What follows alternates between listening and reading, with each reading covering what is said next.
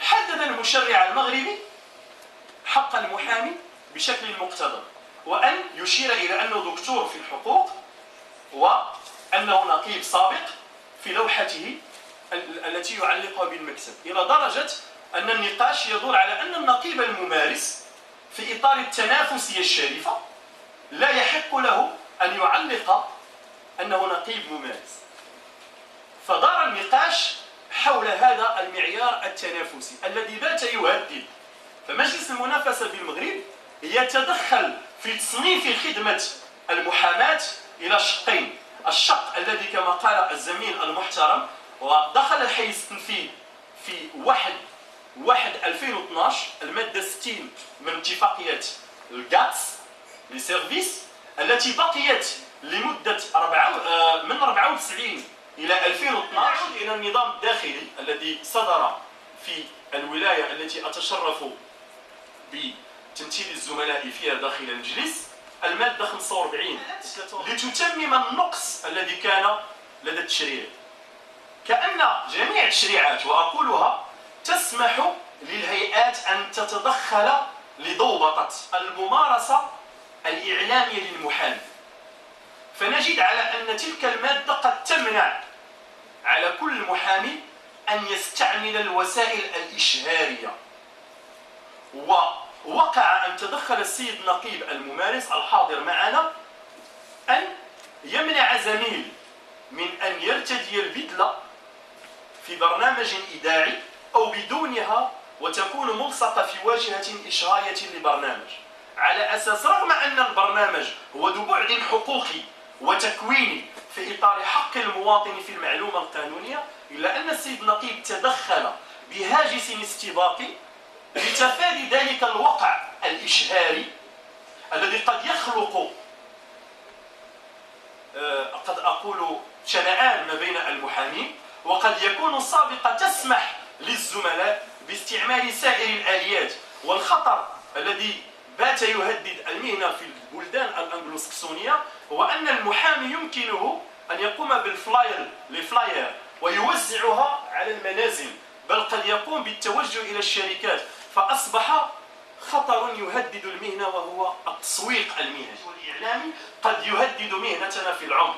فتتدخل أجهزة أخرى لا تعرف طبيعة ممارساتنا المهنية وتفرض علينا مبادئ تسويقية، قانون السوق، العرض والطلب، كلها أمور تتعارض مع مهنتنا. ولكن إذا فتحنا الباب على مصراعيه في الإعلام سوف نقع في المحظور.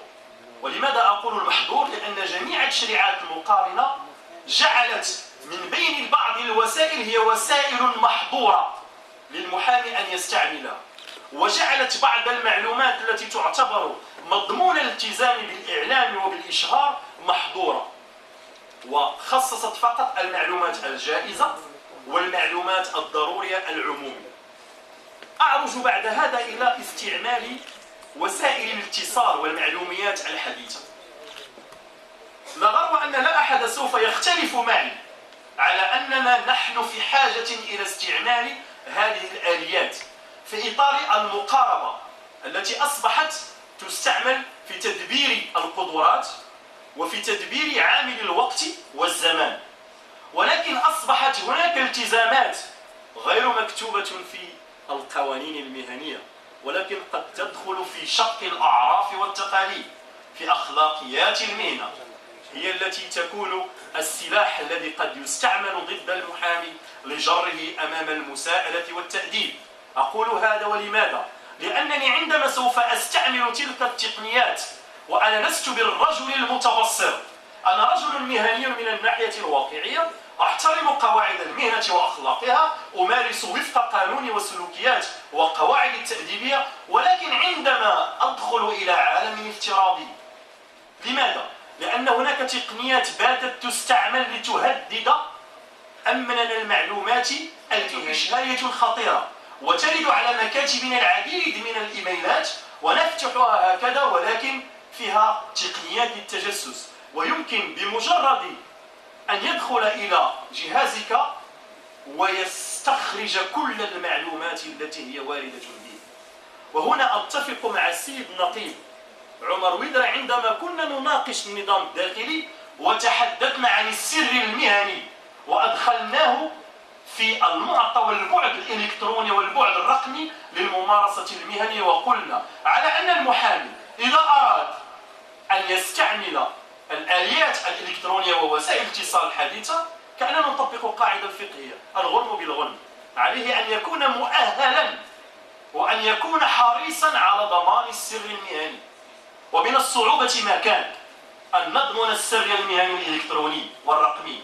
وتعلمون على أن مؤخرا اهتزت فرنسا في فضيحة أورانج عندما تم قرصنة الداتابيز القاعدة الاختزانية لهذه العملاق في المواصلات والاتصالات له من العمالقة ومن الباحثين والمهندسين المعلوماتيين، وتمت قرصنة برنامجه المعلوماتي. نصل إلى المعلومة، قد يعرف أن لك الحق وليس لك الحق، ولكن قد لا يعطيك ما نسميه بمعادلة النتيجة. هل يمكن أن تصل إلى حل يسير معاملتك الاقتصادية والقانونية؟ وأصبح الآن العديد من ما يسمون les intelligents économiques، وهي تقنية جديدة تنافس مهنة المحاماة، أصبحوا يشغلون معهم مع كامل الأسف المحامون. وهنا المعضلة، فالمجالس سوف يكون أمامها تحدي المراقبة الرقمية للممارسة المهنية، وهناك تحدي خطير أمام المحامي. إذا كان نقباؤنا وقيدومنا وكما يقول المثل العربي المأثور لولا أكتاف أجدادنا لما رأينا أبعد، لولا جهاد نقبائنا وقيدومنا لما ضل للسر المهني مركزه ومكانه. حافظوا لنا على السر المهني، حافظوا على سر حقيبتنا، حافظوا على سر سيارتنا، ولكن هل سوف نستطيع أن نحافظ على سرنا في الآيفون؟ هل يجب أن يمتد حماية السر المهني أن تمتد إلى الجهاز الحيسوبي؟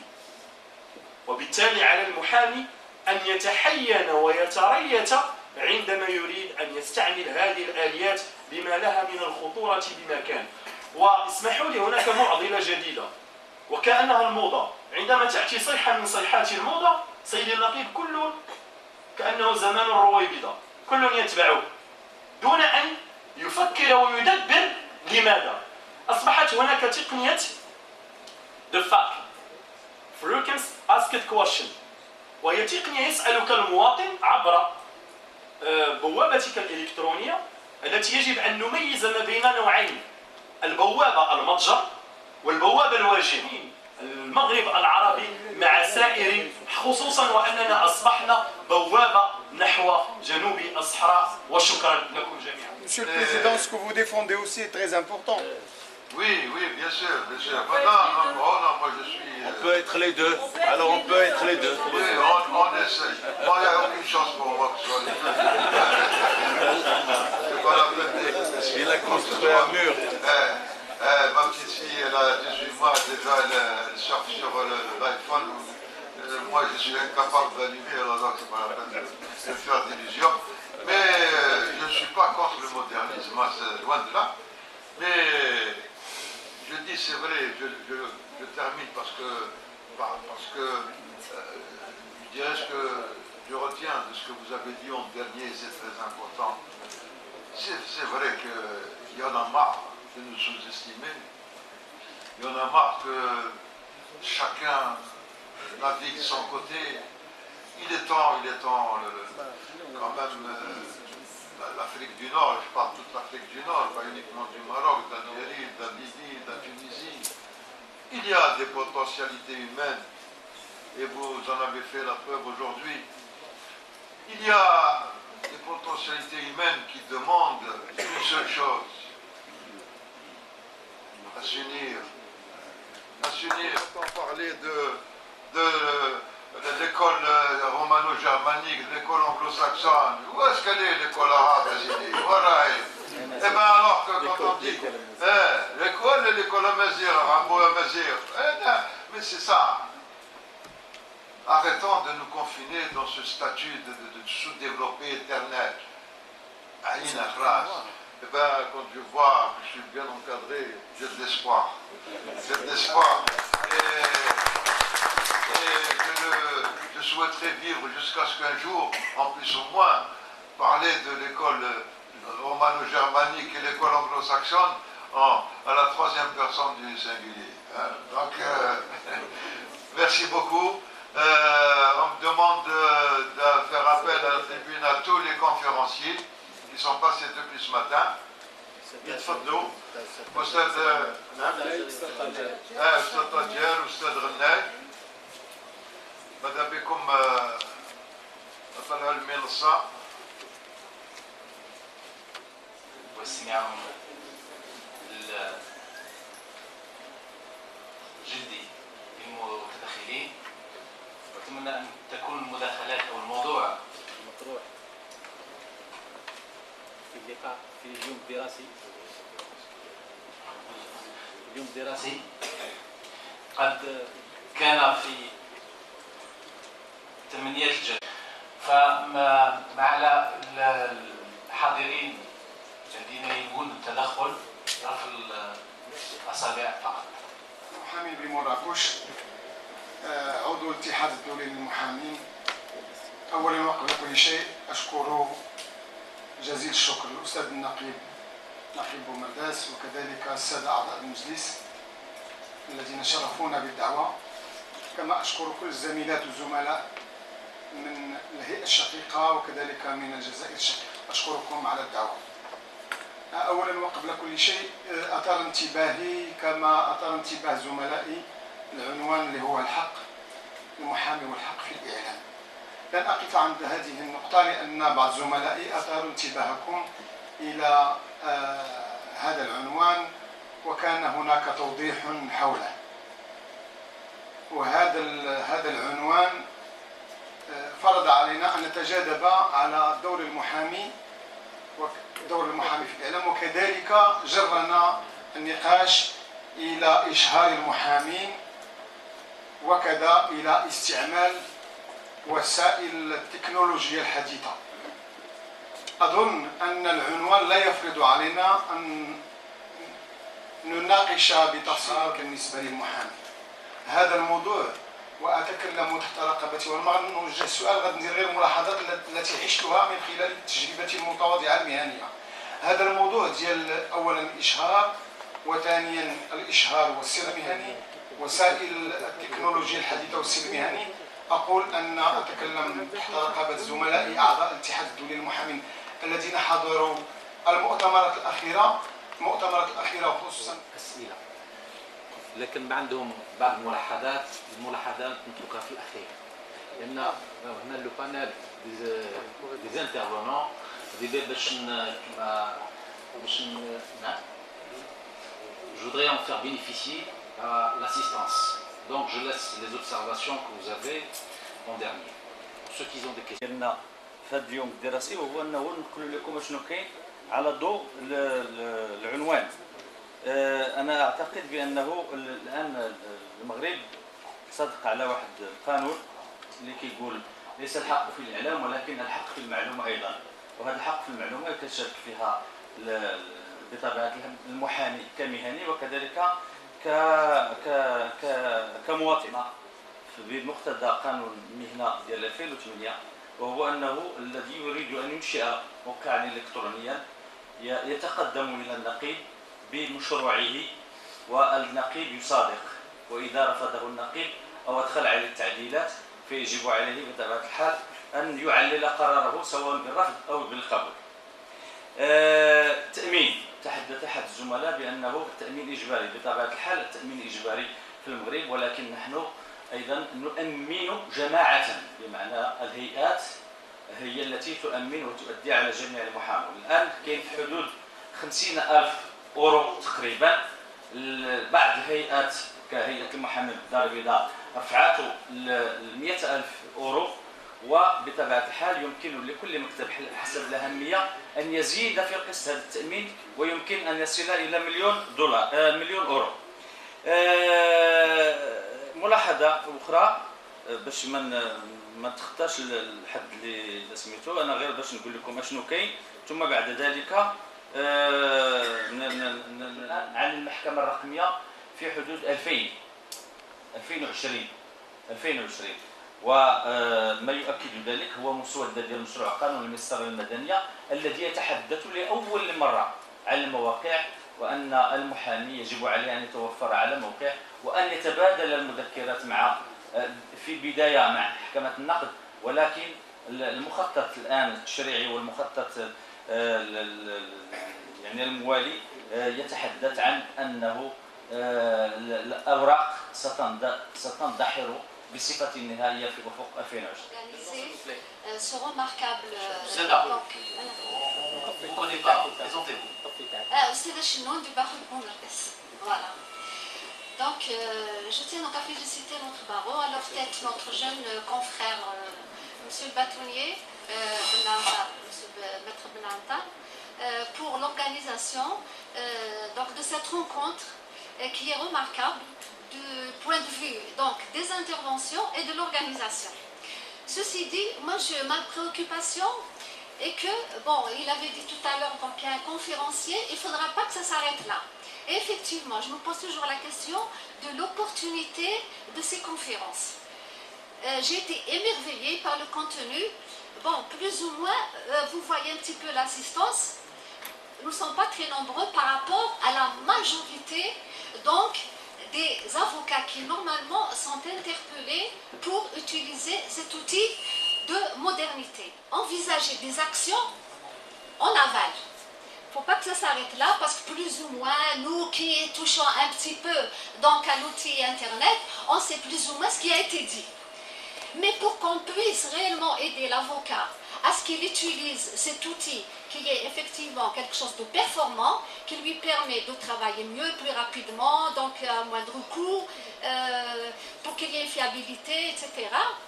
Donc moi je pense qu'il faudrait donc des actions en aval. Et quelles sont ces actions? Donc, et puis je regrette qu'il n'y ait pas donc la présence de beaucoup d'autres bâtonniers, parce que ce sont eux qui sont les acteurs normalement de cette promotion de l'avocat pour qu'il soit hissé à la hauteur des autres avocats étrangers. Donc il faudrait qu'il y ait une volonté des barreaux de l'ensemble, ou tout au moins de la majorité des barreaux algériens, pour qu'ils puissent d'abord familiariser les avocats avec cet outil. Parce qu'il faut dire que peut-être qu'il y en a qui sont jusque-là, donc qui s'y connaissent plus ou moins, mais il y a énormément qui sont imperméables. Monsieur le bâtonnier, il l'a bien dit, il n'est pas le seul à ne pas savoir ou bien à ne pas vouloir, à ne pas être intéressé à utiliser cet outil informatique. Sachant que nous recevons des générations d'avocats et de jeunes avocats. C'est eux qui ont besoin de ça. Donc moi je vais dire, il faudrait dès le départ donc sensibiliser, familiariser les avocats donc avec cet outil informatique. Et comment?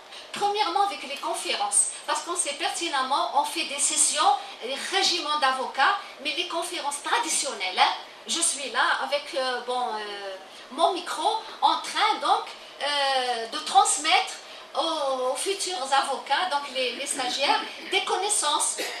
Donc il faudrait à cette occasion-là de leur parler, de les familiariser avec cet outil informatique. Et comme ça, plus tard, ils sauront gérer.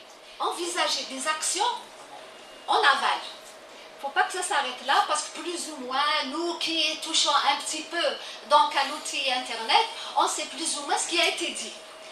Mais pour qu'on puisse réellement aider l'avocat à ce qu'il utilise cet outil qui est effectivement quelque chose de performant, qui lui permet de travailler mieux, plus rapidement, donc à moindre coût, pour qu'il y ait une fiabilité, etc. Donc moi je pense qu'il faudrait donc des actions en aval. Et quelles sont ces actions? Donc, et puis je regrette qu'il n'y ait pas donc la présence de beaucoup d'autres bâtonniers, parce que ce sont eux qui sont les acteurs normalement de cette promotion de l'avocat pour qu'il soit hissé à la hauteur des autres avocats étrangers. Donc il faudrait qu'il y ait une volonté des barreaux de l'ensemble, ou tout au moins de la majorité des barreaux algériens, pour qu'ils puissent d'abord familiariser les avocats avec cet outil. Parce qu'il faut dire que peut-être qu'il y en a qui sont jusque-là, donc qui s'y connaissent plus ou moins, mais il y a énormément qui sont imperméables. Monsieur le bâtonnier, il l'a bien dit, il n'est pas le seul à ne pas savoir ou bien à ne pas vouloir, à ne pas être intéressé à utiliser cet outil informatique. Sachant que nous recevons des générations d'avocats et de jeunes avocats. C'est eux qui ont besoin de ça. Donc moi je vais dire, il faudrait dès le départ donc sensibiliser, familiariser les avocats donc avec cet outil informatique. Et comment? Premièrement avec les conférences, parce qu'on sait pertinemment, on fait des sessions, des régiments d'avocats, mais les conférences traditionnelles, hein, je suis là avec mon micro en train donc de transmettre aux futurs avocats, donc les stagiaires, des connaissances. Donc il faudrait à cette occasion-là de leur parler, de les familiariser avec cet outil informatique. Et comme ça, plus tard, ils sauront gérer les autres barreaux. Il y en a très très peu où on peut avoir l'information. Et en plus, donc il faudrait qu'il y ait une communication d'abord entre les barreaux et les avocats, pour qu'on se familiarise, qu'il y ait quand même une certaine communication dans les deux sens, pour que par la suite, on puisse parler donc de la généralisation de cet outil informatique. Donc si maintenant on se contente avec le petit nombre, bon c'est pas un petit nombre pour une conférence, mais par rapport à l'ensemble, on a fait, bon c'est très bien, on a entendu, des conférences ont été, donc des interventions ont été remarquables, et puis on se dit, on a pris notre cartable, etc. Au revoir, j'espère qu'il ne faut pas se permettre ce luxe. Je vous remercie. Sans le droit de la communication et les médias. Alors, vous avez parlé, tous les intervenants ont parlé ce matin de la fameuse ligne rouge, de la publicité que peut faire un avocat. Moi, je suis avocate algérienne en Algérie, j'ai des spécialités depuis un certain nombre d'années. Comment voulez-vous que je puisse concurrencer des avocats internationaux aujourd'hui, de par notre système qui leur ont permis d'avoir des cabinets à l'étranger, pour pouvoir, moi, assister des grandes compagnies comme Sonatrach et autres? J'ai une formation en Algérie, je suis un pur produit algérien, et je suis désolée, je suis tout à fait compétente pour assister ces grandes compagnies.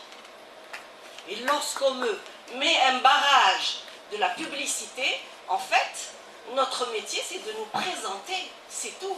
On n'est pas là pour dire qu'on est les meilleurs, c'est sur le terrain qu'on verra si on est les meilleurs ou pas. Aujourd'hui, je suis désolée, on peut tout à fait préserver, conserver le métier d'avocat et opter pour un développement. On est dans une économie numérique et on ne peut pas faire l'impasse. Répondez-moi s'il vous plaît, comment peut-on faire à ce moment-là? J'allais enchaîner dans le même ordre. Hein.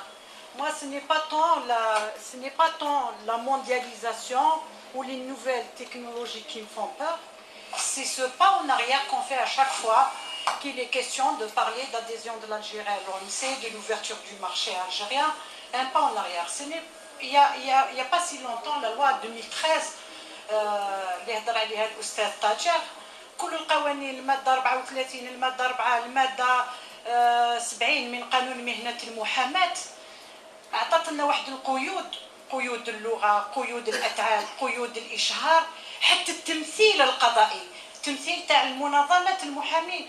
Vous savez qu'un bâtonnier au Conseil de l'ordre n'a de parole que quand il s'agit d'un cas de discipline, d'audience. Sinon, l'avocat est voué à rien. Il est complètement... moi, je me dis... Vous savez qu'aujourd'hui, nous nageons dans toutes les eaux, sauf dans le droit, il n'y a pas de spécialisation. Mais كاش تكوين الجامعي مازلنا في 2014 في الجامعات نقريو قانون حموربي ومازلنا في السفتجة. Ce qui est malheureux, le monde a évolué et nous on veut pas. Pourquoi? Parce que c'est la vision archaïque qu'on a de cette profession. Est-ce que nous sommes des auxiliaires? Donc نحن قطاع من قطاع وزارة العدل. Donc أو شركاء. même شركاء ما راناش même pas مهنة حرة. مهنة حرة من حيث الإنتاج، من حيث التعامل، حتى أنه قوانين للمساعدين القضاء تاع لي نوتير تاع لي زويسيي نحاولنا كامل من نشاطات المحامي مدوهم لهؤلاء الاشخاص. انا ce qui me fait peur c'est cette ouverture, cette obligation d'aller vers l'économie du marché, alors que l'avocat algérien n'est pas préparé. قيود في اللغة العربية. ومن وقتاش المحامي يجب عليه الالتزام بلغة واحدة. C'est à la justice de préparer les moyens d'accessibilité équitable à cette justice pour le citoyen.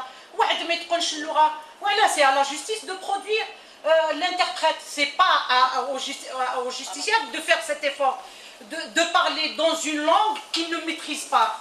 Donc, ça, c'est la loi 2013. C'est pas vraiment la loi de 90, c'est 2013 en Algérie. Quand on parle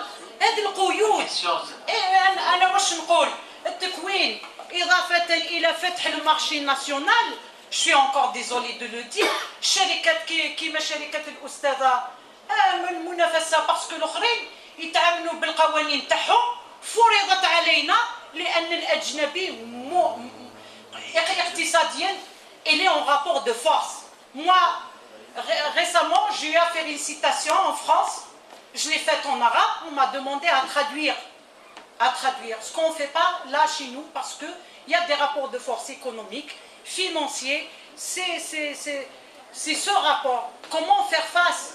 Moi, je dis que ماشي التكنولوجيا اللي تخوفنا، واش يخوفنا سي كل القطاعات المشتبكة ولا الشائكة ولا المتدخلة في المهنة. Comment faire face à l'avenir? Il y a lieu d'accélérer, parce que j'aurais aimé que ممثل الوزارة اللي كان صبح لهنا يستنى شوية، على الأقل ياخذ على باله شوية باش يسمع المحامين واش راحين يقولوا. On ne peut pas être dans l'économie du marché, dans la mondialisation, satisfaire les résolutions de l'OMC, les رانا في ال11e ronde. En même temps, ما رانا إلا شرط واحد من الشروط اللي تقيدنا لوزارة كي تنبوفوار. كيف رفع هذه القيود؟ Comment peut-on faire face à cet avenir? Parce que القيود راهي داخلية ما راهيش في التكنولوجيا. J'ai compris. Votre question est